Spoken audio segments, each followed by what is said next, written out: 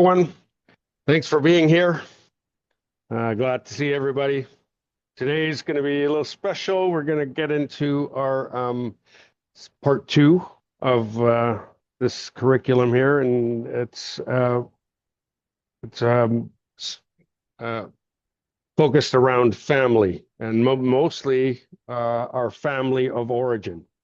So I do have some slides that I'm going to share. I'm just finding the right place, right where we are. Okay. Nope, that's not the one. Okay. So I do have some slides. Like I said, the next 4 weeks, we're going to focus on our birth family, the programming we received from our birth family, where we were in birth order, which really sort of sometimes determines how we behave, what roles we take on. And then we're also going to, I invite you to do a genogram for yourself. And this doesn't have to be a complex genogram, and I'll explain what it is and how we do it. Next week, we'll actually start that process. But I want you to start to think about in the next 4 weeks, like about your birth family and maybe some of the patterning that happens in your family. Also, some people you may be able to reach out to talk to, get some history from. What we sort of want to know in this genogram process is looking for generational patterns, any addictions, any secrets, any things that, like, ways in the way your family behaves. Like, for instance, something might be like, at the dinner table, we don't talk about, we talk softly. We don't talk about what happened to us today. It's more about we're enjoying our food, and then in some families, like the dinner table is really loud, and everyone starts to express what happened to them today and who's dating who and what's happening here and there. And just these are some of the patterns, things like, oh, we don't talk about those things in our family. We don't ask about Uncle Bob's addiction or whatever it is. So just start to think about that, because the genogram process is I'd love for you to take it on. But for now, let's get to the slides. And I'm going to share that with sound, yes. And I'll go into slideshow mode. Okay, so today we are going to talk about family roles and birth order. So, and this is sort of becomes a blueprint of our personalities. So, when we come into this world, we come into a family or some caregivers. And that's the first sort of system we belong to. That's where, we all know about Bruce Lipton's work, and how he talks about the ages 0 to 7, and how that's how we get programmed with programs, and these are the people who program us, right? So we come into this system, and the part of the reason we're going to talk about birth order is every child comes into a different family. So if you think about it, like the first child comes into a family, there's only the two parents.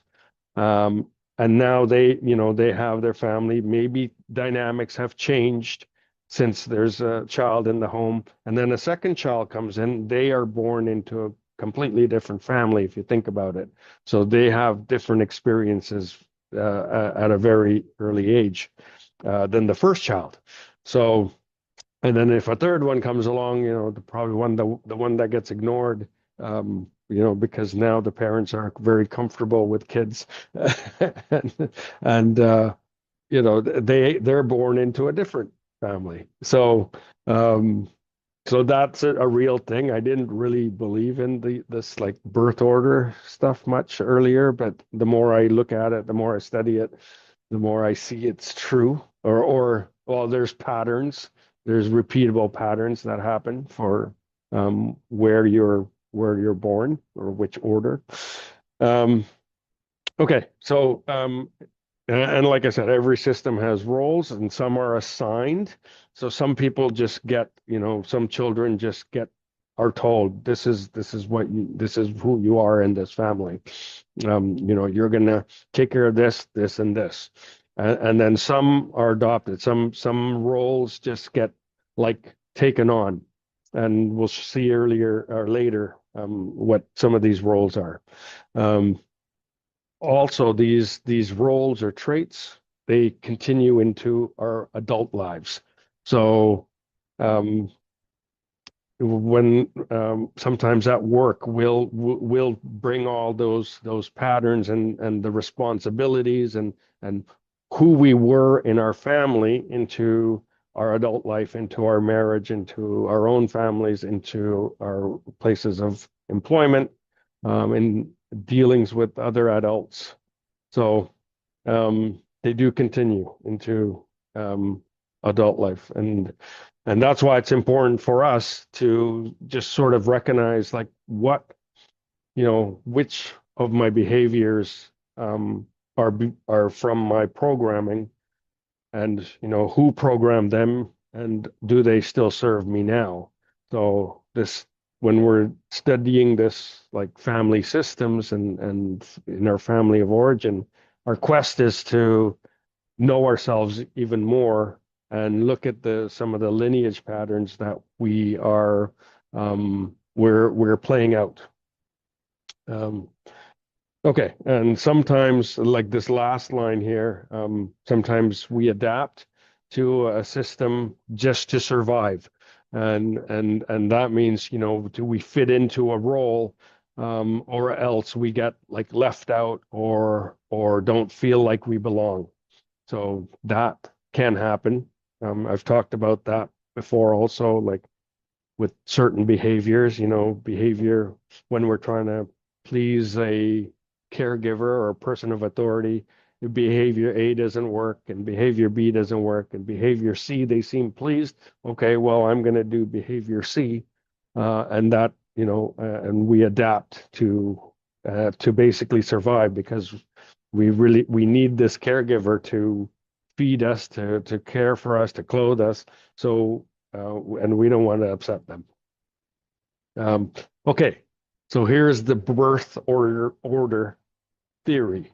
So eldest child, and this isn't, like I said, this doesn't apply perfectly for everyone.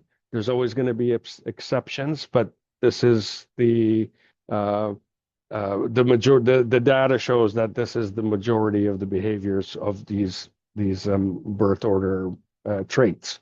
So eldest child, often the responsible one, taking caretaking, and also the high achiever. The middle child, often they feel overlooked, and two things can happen here: becomes the peacemaker or the rebel, because they become the rebel because the first one they can never live up to the first child. So a lot oftentimes the way they get their attention is by doing the opposite.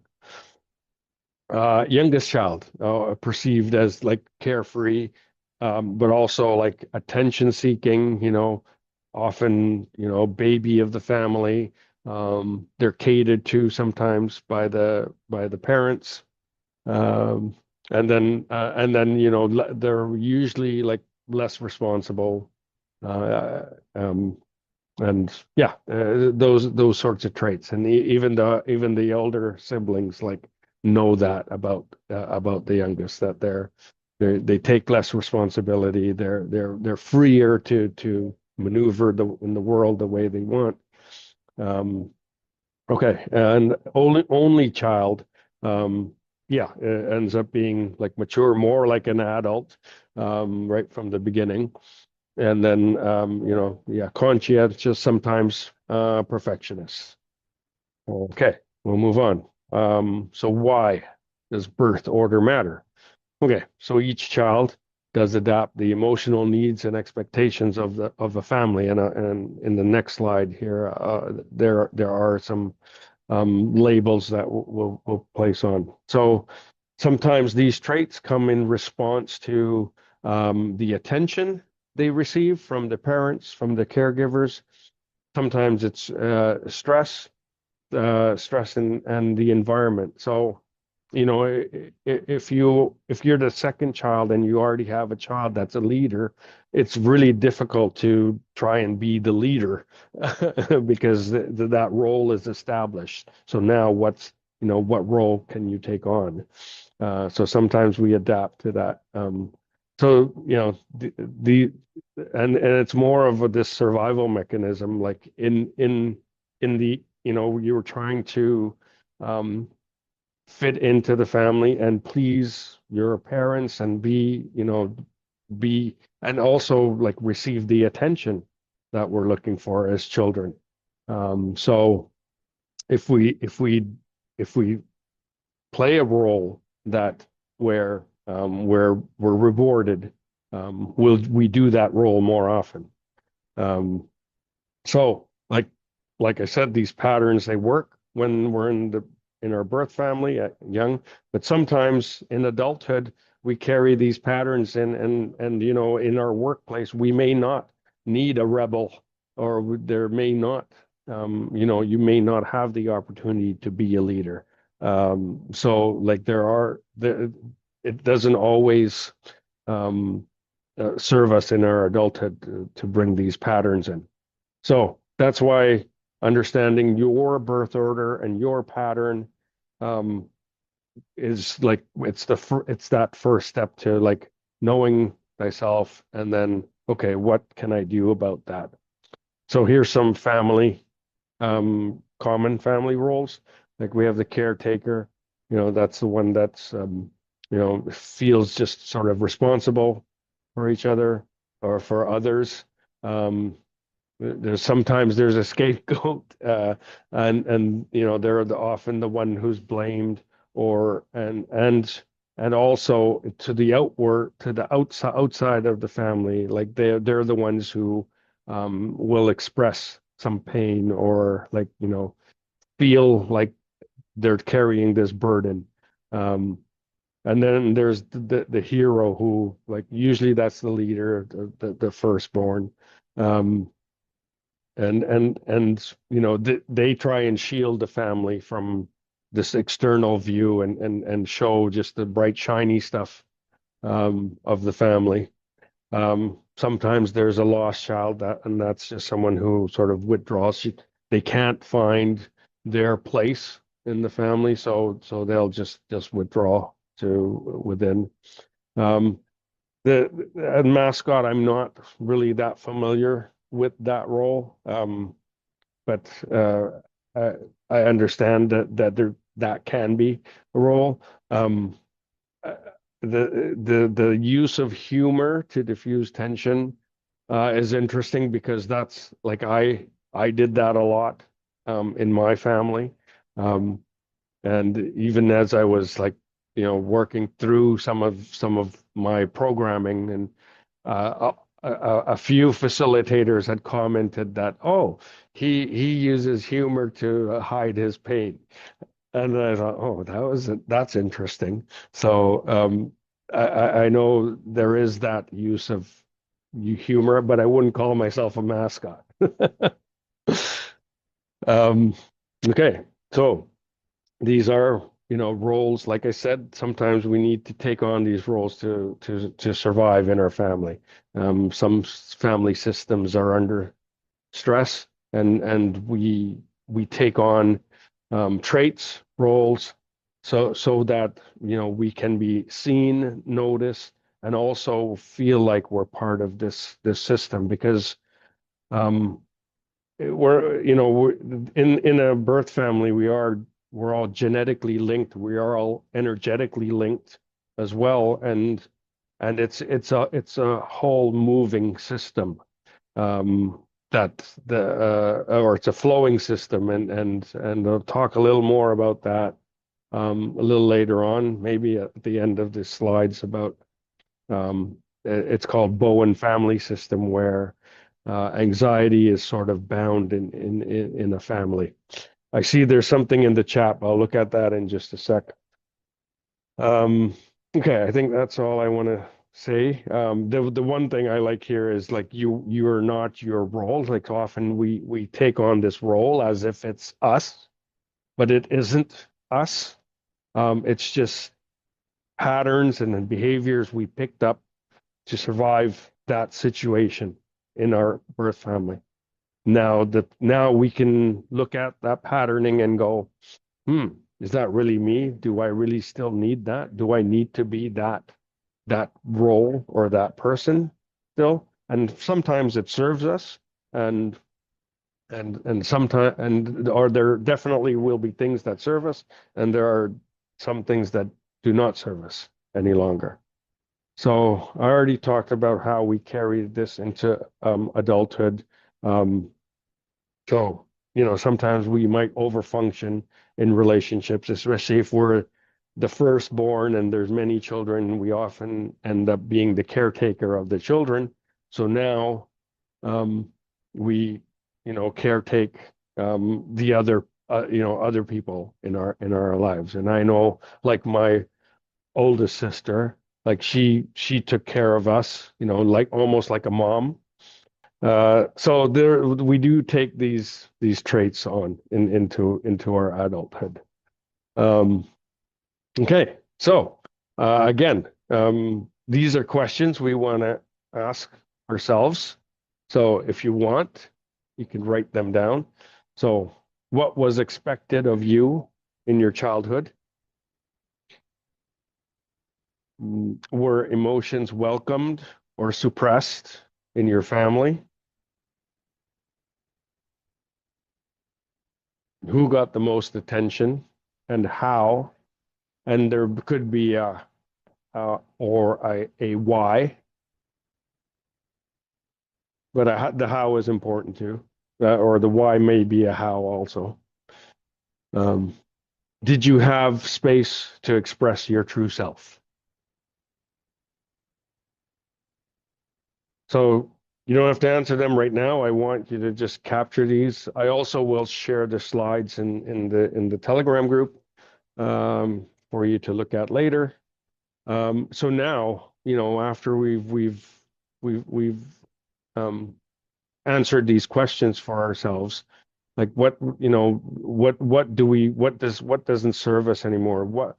What were we doing to survive that we don't need to do to survive today? And just have a look at, do we want to rewrite some of this programming? Do we want to bring awareness to it? Um, and then rewrite it and not sort of repeat patterns that really don't serve us, because a lot of times in our everyday life we seem to repeat patterns, and not all of these patterns are serving us the way we want. And just know it's not you that programmed this into yourself, or you took a role on that you no longer need to play. Okay, so here's journal prompts for you. I know I already asked some questions, but um, you can go even deeper here with some of these questions, especially about who am I without that role. So that's a deep one, because you can write all night about that one. So if you need, take a snapshot, write these down. I will be sharing the slides, as I said. Yeah, okay, that's all I'm going to say about that. Next week, we're going to start talking about generational echoes. Um, but yeah, just make sure you get these journal prompts, and I'll stop my share now. You'll get the slides also. I'm going to stop the recording soon so that we can have a discussion.